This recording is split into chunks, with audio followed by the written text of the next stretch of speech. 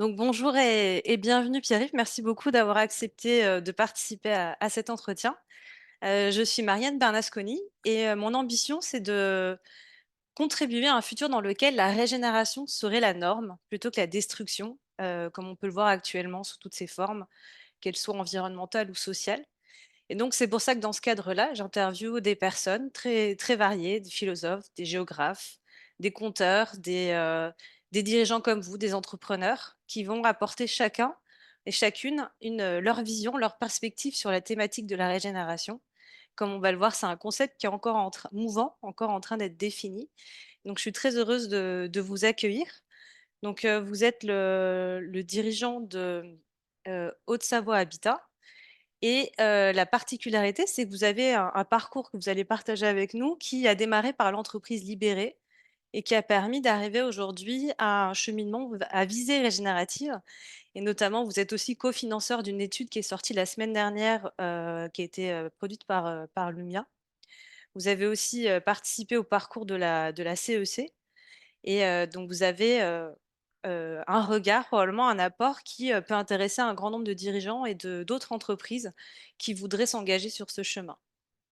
Donc bienvenue et pour démarrer, ma première question, ça serait de savoir comment a démarré ce cheminement et quelle est votre propre définition ou appréhension du mot régénération? Eh bien, bonjour à tous. Merci Marianne. Et merci en tout cas de, de nous donner cette possibilité de partage, hein, puisque c'est toujours intéressant de partager sur la question que vous posez, c'est-à-dire ce cheminement. Alors d'abord, d'où je parle, c'est-à-dire qu'est-ce que c'est que Haute-Savoie Habitat, en dehors des aspects géographiques qui sont évidents, on est en Haute-Savoie, voilà, mais en dehors de ça, donc Haute-Savoie Habitat est un organisme d'HLM, donc un office public de l'habitat, qui intervient dans le monde du logement social, premier bailleur organisme HLM du département de la Haute-Savoie, un peu plus de 20 000 logements gérés, une activité assez forte dans une mission d'intérêt général, qui est celle bien évidente du logement social, c'est-à-dire une mission qui ne nous a pas trop fait poser la question de notre raison d'être, c'est-à-dire que la raison d'être est notamment par l'impact de la loi Pacte, hein, qui fait poser cette question à pas mal d'entreprises aujourd'hui, de qu'est-ce que c'est que notre raison d'être, est-ce qu'on est entreprise à mission ou pas, la question historique et générative pour le coup, pour notre structure organisme HLM ne se posait pas, notre raison d'être est dans une mission d'intérêt général, donc une mission sociale depuis des lustres, puisqu'on existe depuis en gros une centaine d'années, 95 ans exactement, donc voilà. Alors, d'où on est parti? Je vais résumer assez vite cette partie-là pour arriver à ce qu'on est aujourd'hui, c'est-à-dire une entreprise à visée régénérative, c'est-à-dire qu'on vise effectivement une économie régénérative, une économie qui nous permet d'être dans un raisonnement que je qualifie de raisonnement méthodologique régénératif, c'est-à-dire, et j'en viendrai à cette définition-là, qu'est-ce qui est le plus important, puisque la notion, comme vous le précisiez, Marianne, aujourd'hui, dès qu'on parle régénératif, on se sent dans une logique un petit peu d'accusation même du terme qui apparaît, du regen washing, c'est-à-dire que on dépasse le greenwashing, on utilise ce terme dans toutes les sauces, et donc l'important peut-être c'est de le faire, je ne sais pas. L'important c'est d'y croire, l'important c'est d'expliquer le pourquoi, c'est ce que vous nous permettez de dire, et peut-être de permettre à d'autres qui auront envie de s'appuyer de ça, d'être plutôt sur le sens que simplement la recherche de la régénération. C'est pas ça qui est important, c'est finalement la finalité et le sens.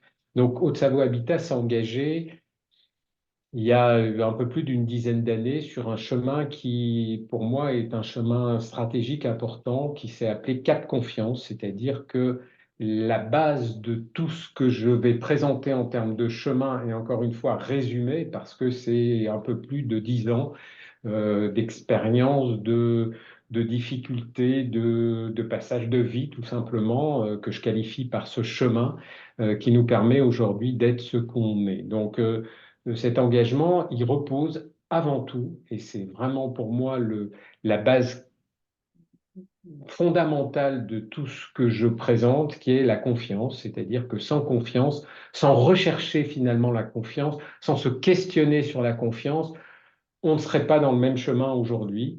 Et cette recherche de confiance, hein, qui a consisté à ce que ce soit devenu un projet stratégique d'entreprise, une logique où vraiment on va bâtir la confiance, on va se questionner sur la confiance. Qu'est-ce que c'est que la confiance? Comment on gagne de la confiance, même si on partait d'un niveau, d'un capital confiance qui était déjà assez élevé, comment pour chacune de nos parties prenantes, on va gagner de la confiance. Et c'est important pour un organisme HLM, hein. Bien sûr, on a la partie prenante qui est la partie prenante de nos clients locataires, voilà, dans lesquels on est là, on doit assumer notre mission, mais il y a aussi toutes les autres parties prenantes, les partenaires, les élus. Les entreprises avec qui nous travaillons, voilà, donc un panel de parties prenantes importantes. Et puis, je m'attarde un peu plus sur la logique de la partie prenante salariée, c'est-à-dire les 300 personnes qui constituent la base de ce qu'est Haute-Savoie Habitat dans son acte de faire, dans la partie de son organisation, dans ceux qui œuvrent pour que notre mission soit bien tenue. Et se poser cette question de la confiance est arrivé à un moment où on se posait la confiance, pour les salariés, est arrivé à un moment où on se posait en plus la question très générique que toutes les entreprises se posaient. On est il y a quelques années au moment où on parle des suicides dans les entreprises. On commence à voir apparaître le concept de la qualité de vie au travail, de la gestion du stress. On engage en même temps ces deux dossiers, le dossier de la confiance aux salariés et le dossier de la qualité de vie au travail, qui très vite nous font converger vers un autre concept qui se développait à l'époque, qui était porté par un sociologue qui s'appelle Isaac Getz, qui mettait notamment par le biais d'une émission en prime time à l'époque, qui était passée, qui s'appelait Le bonheur au travail, et sur le bonheur au travail traité au niveau des entreprises, on est rentré dans la logique. Je dis le on, c'est l'ensemble du comité de direction et principalement mon DRH et moi. Nous avons découvert le concept de l'entreprise libérée qui répondait bien à ce qu'on pouvait imaginer de développer en cohérence avec cette recherche de la confiance pour les salariés. Et vraiment se poser la question de qu'est-ce que c'est qu'être en confiance avec, en tant qu'employeur avec des salariés et qu'est-ce que c'est que la confiance pour un salarié. Ce que je rappelle souvent, c'est que quand on signe un contrat de travail, on part dans une logique de contrat de confiance qui est positif, qui a un capital positif. Et que souvent, on voit au fil du temps un capital confiance qui peut se bonifier, mais qui, dans la majorité des situations qu'on regarde, ce capital confiance a tendance à s'altérer, il a tendance à se diminuer. Donc, on est dans une logique où pourtant notre mission, quand on veut bien la prendre, pourrait consister à dire j'ai encore plus confiance. En tout cas, c'est ce qu'on visait nous avec le Cap Confiance, qui était notre projet stratégique d'entreprise. Mais comment je bonifie ce qui est. Et ça fait poser plein de questions. Ça fait poser plein de questions sur c'est quoi exactement être en confiance. Et quand on se pose ces questions-là, donc ça a été mon choix, ça a été d'entrer dans la logique de la définition de l'entreprise libérée, qui repose beaucoup sur une notion d'organisation, contrairement à ce qu'on peut souvent entendre, l'entreprise libérée n'est pas une libération de la hiérarchie, c'est pas une dynamique qui se met en place sans pouvoir hiérarchique, sans organisation, sans système. C'est simplement une libération peut-être d'un certain nombre d'aspects. En tout cas, c'est comme ça que nous on l'a défini, c'est comme ça qu'on a souhaité le prendre. La libération surtout sur le droit pour chacun des salariés à l'expression, cette liberté d'expression, cette liberté en laquelle on a confiance. Et c'est là que je reboucle avec la confiance, c'est-à-dire cette possibilité d'être vraiment en confiance sur le salarié, celui qui fait, il a des choses à me dire. Et Mhm. j'ai confiance dans ce qu'il a à me dire. Donc, je vais me développer, je vais apprendre à développer une capacité d'écoute pour considérer ce que la personne a à me dire, ce que le système d'organisation a à me dire. Donc on libère le mode participatif, on libère le mode d'expression, on est en confiance, je peux parler, je sais que ce que je dirai en tant que salarié sera considéré et permettra de construire une analyse puis des prises de décision plutôt que de construire une dynamique qui ne rentre pas dans une logique de confiance et où on entend dans beaucoup d'expressions la prochaine fois, je ne me ferai pas prendre au piège et je ne dirai pas ce que je pense. Donc voilà, c'est ça qu'on a essayé de combattre et comment globalement on est arrivé à libérer plein de choses. Alors on a commencé par la libération du temps, la gestion des temps, parce que les salariés ont commencé à dire c'est un peu compliqué, on a une gestion des temps, mais en fait c'est un tableur qu'il faut remplir, c'est voilà, on a un système de pointeuse qui est pas opérant par rapport à la réalité, qui répond pas à des besoins, qui bon bref, etc. Une analyse qui consiste à dire bon, soyons un peu cohérents, ayons une gestion du temps. Euh,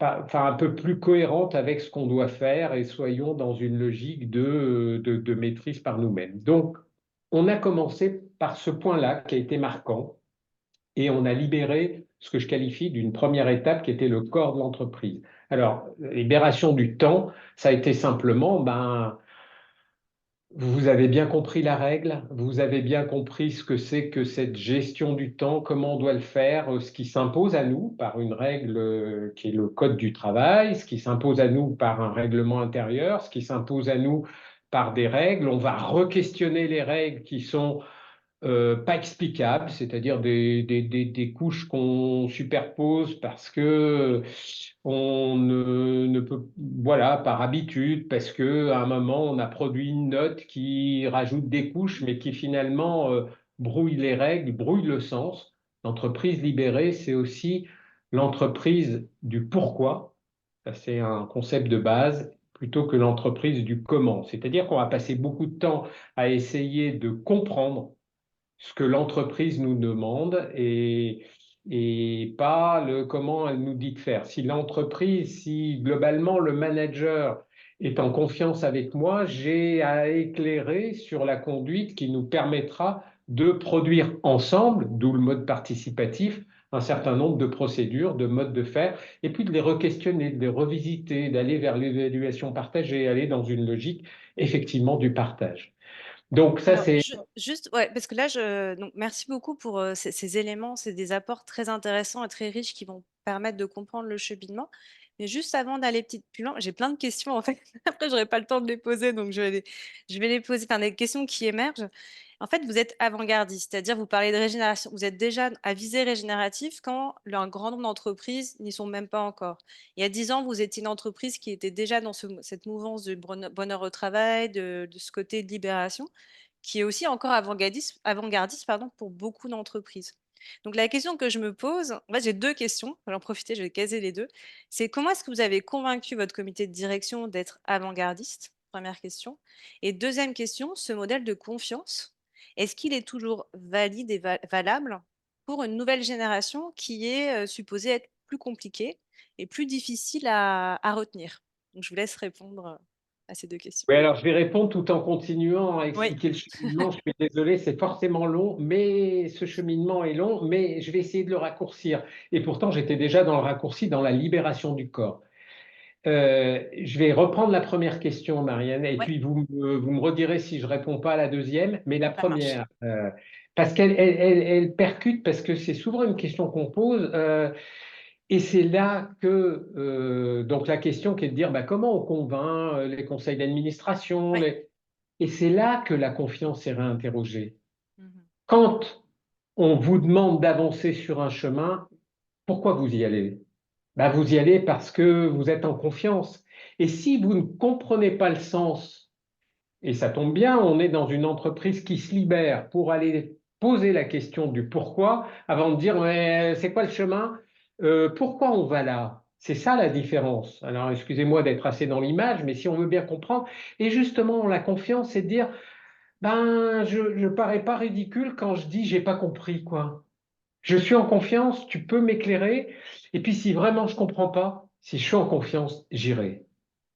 Et aujourd'hui, c'est plus facile quand on a démontré que finalement, parce que notre entreprise, j'espère que j'aurai le temps de vous le dire, elle démontre qu'elle a avancé, que tout cet engagement-là, il reposait pas sur simplement l'idée d'y aller, mais vous savez, c'est des systèmes qu'on rencontre souvent, y compris dans le monde politique. Quand je pense à la politique, par exemple, qui est développée à un cadre municipal, souvent on se dit, tiens, il y a un maire. Alors on le qualifie d'avant-gardiste, de visionnaire, un petit peu comme ce que vous avez évoqué. Waouh, c'est des gens éclairés. Mais oui, mais l'intérêt, c'est qu'ils sont visionnaires tout simplement parce qu'ils se donnent les moyens d'écouter pour répondre à des besoins. Et écouter le collectif, écouter l'entreprise qu'on représente, se donner les moyens d'être dans une logique de libération de l'entreprise et du corpus des salariés qui ont des choses à dire, notamment si on prône un mode participatif, autant quand même que j'ai envie d'y participer. Donc, et ça répond du coup à la deuxième question, ceux qui arrivent, sont dans une logique de motivation, c'est plus simple de les entendre là-dessus. Alors, je vais très vite dans les autres étapes pour répondre à la première question que vous me posiez. Deuxième étape, on a libéré, une fois que ça allait bien, on a libéré le corps de l'entreprise, on avait encore plein de choses à faire et il y avait quelque chose qui m'allait pas, quelque chose qui n'était pas abouti. Et je suis parti travailler sur moi-même pour me dire, mais qu'est-ce que je recherche, quoi, qu'est-ce qu'il faut, comment aller plus loin dans la libération? Et là, j'ai compris que c'est peut-être un concept assez vaste, hein, c'est évident, mais qu'il fallait passer par une étape qui était fondamentale, qui était la libération du cœur de l'entreprise. Alors, qu'est-ce que ça veut dire? Ça veut dire qu'à un moment, je suis arrivé devant mes managers en disant, j'ai compris et faites-moi confiance. Ceux qui veulent comprendre, me suivent. Mais c'est pas obligatoire, mais on va essayer de faire une retraite pour ceux que ça intéresse et on va apprendre à libérer notre cœur pour libérer le cœur de l'entreprise. Donc, alors en termes de sociologie d'entreprise, ça veut dire effectivement entrer dans l'intelligence émotionnelle, entrer dans une logique de recherche un peu plus en prospection sur nous-mêmes et aussi sur le corpus collectif qui constitue l'entreprise. Voilà. Et donc là-dessus, on a cheminé le gros virage en fait de la libération de l'entreprise. Il est à ce moment-là, c'est-à-dire la libération effectivement de l'intelligence émotionnelle, être en capacité de vibrer, être en capacité de faire vibrer l'entreprise, être en capacité d'être beaucoup plus dans une logique de conception, de finalement quelque chose que j'ai commencé à tramer à ce moment-là, finalement de l'existence de l'être de l'entreprise. Alors ça paraît évident aujourd'hui, on parle depuis la loi Pacte d'une évidence, d'une raison d'être. On n'était pas encore dans les prémices de la loi Pacte. On n'était pas, alors je ne sais pas si ça répond à ce que vous disiez sur la logique de visionnaire, je ne sais pas, mais en tout cas, on rappelait ce que je dis souvent, hein, qui était pourtant une évidence, c'est que finalement, c'est pas moi qui ai défini que l'entreprise était une entreprise, une personne morale. Donc, si c'est une personne morale, on commençait à sentir que c'était une personne et que finalement, le reconnaître, l'accepter, c'est de se dire, j'ai commencé par lui dire, sois un corps, j'attaque derrière en lui disant, et ton cœur, il est comment? Et dans la manière de l'organisation, ça a été une manière pour moi de dire, il y a finalement quelque chose qui est historique dans l'entreprise, j'ai un codir, et j'ai créé à ce moment-là une autre instance de direction qui s'est appelé le labo, parce que labo de recherche, je ne savais pas bien ce que je recherchais. C'était un labo de recherche quantique en management. Et ce labo est devenu, au fil du temps, une instance de direction. Et je me suis rendu compte quelques années après que finalement, j'avais deux instances de direction, une sur le faire, le codir, qui est là pour être garant de ce que fait l'entreprise et une qui a pris sa place, le labo, qui est devenu garante de ce qu'était l'entreprise. C'est-à-dire que j'ai la force, quelque part, d'avoir deux instances. Une qui me permet d'être sûr qu'on est bien dans ce que fait l'entreprise et une qui nous permet d'être en cohérence avec ce qu'est l'entreprise. Et puis ce labo a travaillé, s'est donné les moyens d'être sur le champ de la relation et pareil, on a libéré le cœur et puis ben, on a recherché ensemble ce qu'il fallait aller libérer et on a libéré, ben, ça paraît évident de le dire maintenant, l'esprit de l'entreprise. Donc je réponds à votre question, comment on est rentré dans l'intelligence spirituelle et comment je la définis aujourd'hui de ce que c'est que cette intelligence spirituelle d'une entreprise? Ben, c'est simplement que pour moi de reconnaître qu'une entreprise est une personne, alors qui ne se définit pas forcément comme une personne physique, mais comme une personne morale, comme une personnalité, que si on reconnaît ça, que si on se donne les moyens de libérer l'expression, ben, l'entreprise a des choses à nous dire et que notre mission, en tant que dirigeant et ben, en tant qu'équipe, c'est d'être au service de cette entreprise et avant tout d'être à son écoute. Et cette écoute, elle passe pas forcément par les oreilles, elle passe par la perception, elle passe par un engagement aussi de la mettre sur une intelligence spirituelle qui va être un engagement plus responsable. C'est en tout cas ce que notre entreprise nous demandait. Nous, et c'est comme ça que je croise le chemin avec la CEC, la Convention des entreprises pour le climat, où notre entreprise a été repérée parce qu'on avance sur une logique d'une dynamique sociale, d'une dynamique d'approche qui consistait à ce que bah, globalement on soit en avance sur cette libération du cœur, donc de l'énergie émotionnelle, qu'on soit prêt à ce moment-là à se dire mais faut quand même qu'on permette à notre entreprise d'avoir un engagement plus fort que nous, plus fort que l'entreprise. Et c'est quoi l'engagement plus fort que l'entreprise? C'est là où je définis comme l'engagement spirituel, l'intelligence spirituelle qu'on peut avoir en tant que dirigeant, c'est d'être dans une logique de regard sur ce qui est supra sur l'entreprise. Et ce qui est supra à l'entreprise, c'est notre raison d'être. C'est-à-dire qu'effectivement, la mission du logement social, c'est-à-dire pour ceux qui en sont le plus éloignés, demain sera encore plus fondamentale qu'aujourd'hui. Donc on est dans une logique où cet engagement dans la CEC qui consiste à dire eh bien, soyons plus forts pour que, bah, prioritairement, notre environnement existe. Parce que si, je schématise, hein, si notre planète n'existe pas, le cadre social dans lequel on va s'engager n'existera pas et le cadre économique, quel que soit le modèle économique, ne pourra pas exister. Or, là, on reboucle, c'est-à-dire qu'on s'est donné les moyens d'être par la progression dans finalement la considération, dans une logique d'engagement vers accompagné par la CEC, dans une logique d'engagement responsable pour que notre mission d'intérêt général puisse exister demain.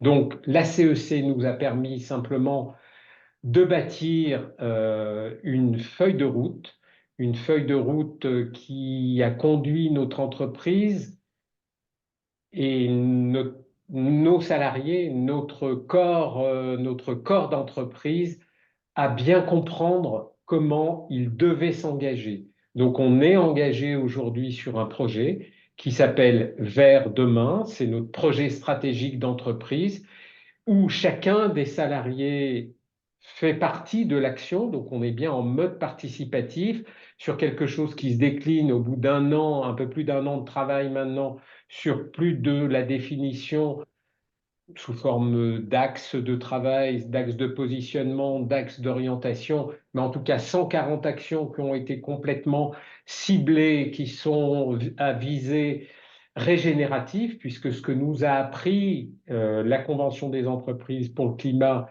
qui est une des conditions d'existence, c'est comme ça que je le considère, hein, et c'est comme ça qu'il peut y avoir débat, sur ce que doit être l'entreprise demain, c'est que qu'une entreprise soit vraiment au service de l'engagement, de son engagement responsable, il fallait qu'elle soit à visée régénérative. Pourquoi? Et là, j'en viens à la définition. Pourquoi visée régénérative et pas entreprise régénérative? Par abus, on va parler d'entreprise régénérative, mais l'entreprise en soi ne peut pas être régénérative.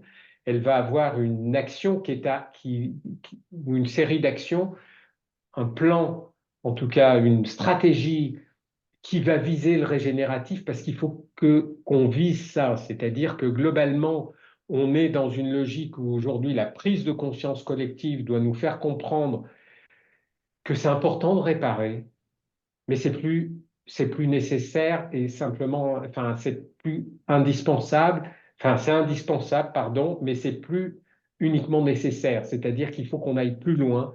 Il faut qu'au-delà de la réparation, il faut qu'on régénère. Alors, le concept, bien évidemment, je ne peux pas le définir comme ça, sachant qu'il est aussi dans notre engagement, nos cheminements, le contexte de la visée régénérative, de l'économie régénérative, il doit vraiment se faire par chacune des entreprises parce que seule l'entreprise elle-même sait ce qui est vraiment, ce qui va la remettre dans une visée régénérative. Et donc notre capacité, si j'essaye de boucler avec ce que j'ai essayé de définir tout à l'heure, notre capacité va être simplement d'être en force de capacité d'écoute pour se laisser aussi porter par la commande de l'entreprise dans le côté un peu subtil du message qu'elle nous adresse pour être sûr qu'on prenne un chemin qui est un chemin à visée régénérative. Peut-être un petit exemple pour Mhm. illustrer Oui, si oui. vous le souhaitez. Et juste avant, dire aussi dans la définition ce que je rajouterai sur la logique du concept de visée régénérative, c'est aussi quelque chose qui pour moi doit être très proche du vivant. C'est-à-dire qu'on va avoir une logique, une dynamique qui va rechercher quelque chose qui va régénérer à la fois la partie vivante qui est en nous, c'est-à-dire qui va nous, on va le dire un peu comme ça aussi, puisqu'on a ouvert les cœurs, nous redonner du baume au cœur, du cœur à l'ouvrage, c'est le courage, c'est la logique d'être dans cette logique aussi où on va se donner la capacité à retrouver cette énergie qui nous fait avoir la flamme, on parle souvent de flamme, d'une recherche simplement d'espoir, de conduite, d'une dynamique positive, et on va le retrouver y compris dans la fonction managériale. Donc ça, en allant aussi observer, écouter, rechercher le comportement vivant, humain et non humain. Donc par exemple, à un moment, dans un organisme HLM, nous, on a été très impacté dans le cadre de la crise par la définition de l'accueil. Nos accueils au public sont complètement percutés par une montée de l'agressivité, Mhm. une détresse sociale qui est de plus en plus forte en période de crise. On a redéfini la logique de on va vers une régénération de l'accueil, de cette capacité d'accueil, et on est parti sur une logique de projet à visée régénérative sur la régénération de l'accueil. Et ça a consisté à ce que des groupes de travail se mettent en place, à aller observer dans une fonction qui ressemble à l'approche biomimétisme, à aller rechercher dans le vivant, dans la nature, humaine et non humaine, mais surtout non humaine, où est-ce que la fonction d'accueil est bien représentée, où est-ce que le côté humain se sent accueilli, quelle est l'indispensable chose pour qu'on soit en termes d'émotion, en sensation d'accueil, d'être accueilli, mais en capacité à accueillir l'autre. Et tout ça nous permet dans la conduite justement de cette approche-là, d'aller rechercher ce qui est nécessaire et indispensable, et du coup d'aller redéfinir la forme physique de nos accueils. Et on est dans cette phase-là, mais pas que la forme physique, la forme aussi relationnelle qui nous fait redéfinir nos process, nos logiques. Donc on est bien dans, non seulement on répare l'accueil là où bah, ça coince, là où c'est technique, mais on remet pas qu'un coup de badigeon sur les murs, on redonne vie à l'accueil, on lui permet de se développer et de répondre à des besoins. Et juste pour aller dans ce sens-là, quelle inspiration du vivant est-ce que vous avez trouvé pour pouvoir redonner ce côté accueil régénéré, on va dire? Eh bien, nous avons une logique d'accueil qui est en train de se développer sous forme de prototype, où le local, on a complètement modifié le local, qui a par exemple une logique technique qui nous fait intervenir un aménageur d'intérieur, mais bon, je pourrais en plus aller un peu plus loin parce que c'est pas un architecte d'intérieur qui intervient, c'est-à-dire qu'on est allé pour être encore plus proche dans le vivant et en analysant bien, ben, on s'est rendu compte que les locataires sont les premiers destinataires de cet accueil-là et que c'était intéressant d'aller leur demander ce qu'ils en pensaient, non seulement d'aller leur demander, mais leur demander d'être acteurs de cette modification, c'est-à-dire qu'en clair, on a un groupe de locataires qui est accompagné, on en profite pour retisser le lien social de ce groupe de locataires qui deviennent, grâce à un artiste et une association qui les accompagne, qui redeviennent les créateurs d'un espace qui devient une clairière. C'est-à-dire que le groupe a décidé à un moment de se dire, bah, là où on sentait qu'on était le mieux accueilli, là où on vibre, là où on fait des wow, là où on a du flow positif qui vient en nous, c'est quand on s'est retrouvé en allant le vivre dans une clairière, dans une forêt, et on a trouvé un rayon de soleil. Eh bien, on a défini aujourd'hui des locaux sur lesquels on a fait tomber des murs. Notre local d'accueil est une clairière et on est en train de se dire, bah, quand on est dans la clairière, comment on est accueilli par le soleil qui vient à nous pour nous demander pourquoi on est là. Mhm. Voilà, c'est un petit peu le principe. J'espère que je suis pas trop perché quand je dis ça. En tout cas, Ça parle. matériellement, c'est comme ça que ça se trame et c'est comme ça que le groupe l'a produit et c'est comme ça que les locataires aujourd'hui sont en train de peindre sur des murs qui sont devenus tout blancs l'image qu'on a définie ensemble au niveau du groupe sur une logique de finalement c'est quoi l'ambiance de la clairière qu'on veut voir directement dans nos locaux qui sont les prototypes de l'accueil de demain. Magnifique. On arrive progressivement au terme. Juste les points clés peut-être que j'ai retenus. Et ça me semble vraiment crucial en fait d'avoir insisté sur la confiance parce qu'on la retrouve vraiment au cœur de toute la démarche en fait, cette confiance. Puisque c'est la confiance aussi que vous accordez aux parties prenantes, que vous impliquez. Cette notion participative finalement qui va permettre de redéfinir ensemble ce que c'est que l'accueil en intégrant aussi cette démarche du vivant.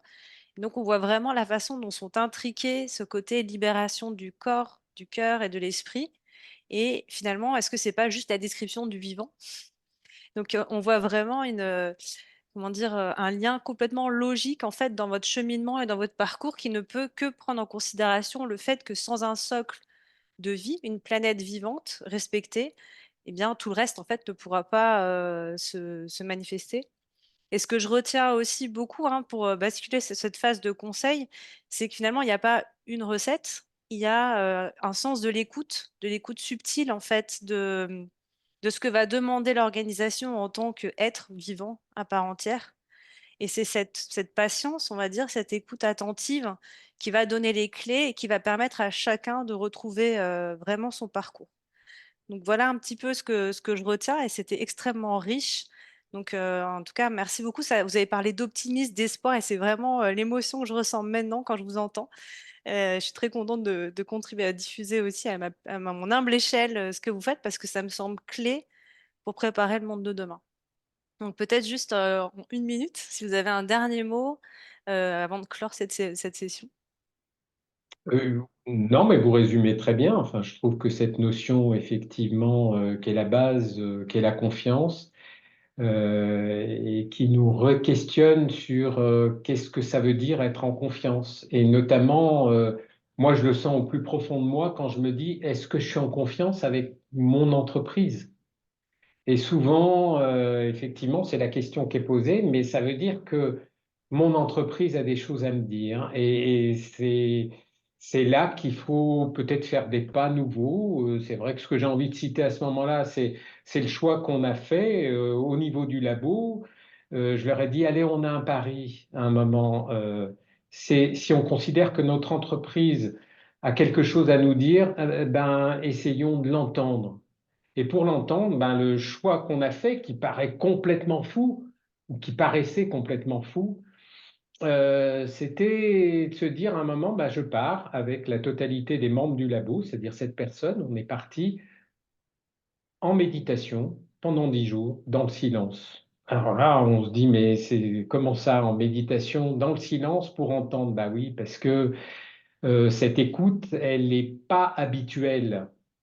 Et justement, le passage à la méditation collective avec un engagement de vœu de silence pendant 10 jours, ce qui n'est pas simple hein, pour un collectif qui se connaît et qui a pour mission d'en faire quelque chose derrière, on l'a bravé, on l'a passé et ça a été une super expérience où on a compris avec le temps, parce qu'on est en novembre 2019, que l'entreprise nous demander de la préparer sur un passage qui est un passage important qu'on a tous connu, que toutes nos entreprises ont connu derrière, qui était le confinement, qui était le passage en crise, qui nous a fait comprendre qu'on passait dans une logique de préparation à ce qui se passerait derrière. Et aujourd'hui, dans le concept de ce qu'on développe, dans ce que j'apporte, dans ce que les salariés entendent pratiquement tous les jours, c'est que l'entreprise de demain, la nôtre en tout cas,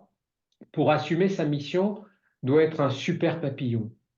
Et que on est aujourd'hui à la sortie du cocon, qu'on a été une super chenille pendant 90 ans, que ce cocon, il doit s'assurer de permettre au papillon d'être en force derrière pour la mission qui n'est pas la même que la chenille, mais qui lui permet de s'envoler et d'assurer la mission dont on aura besoin demain sur le logement social.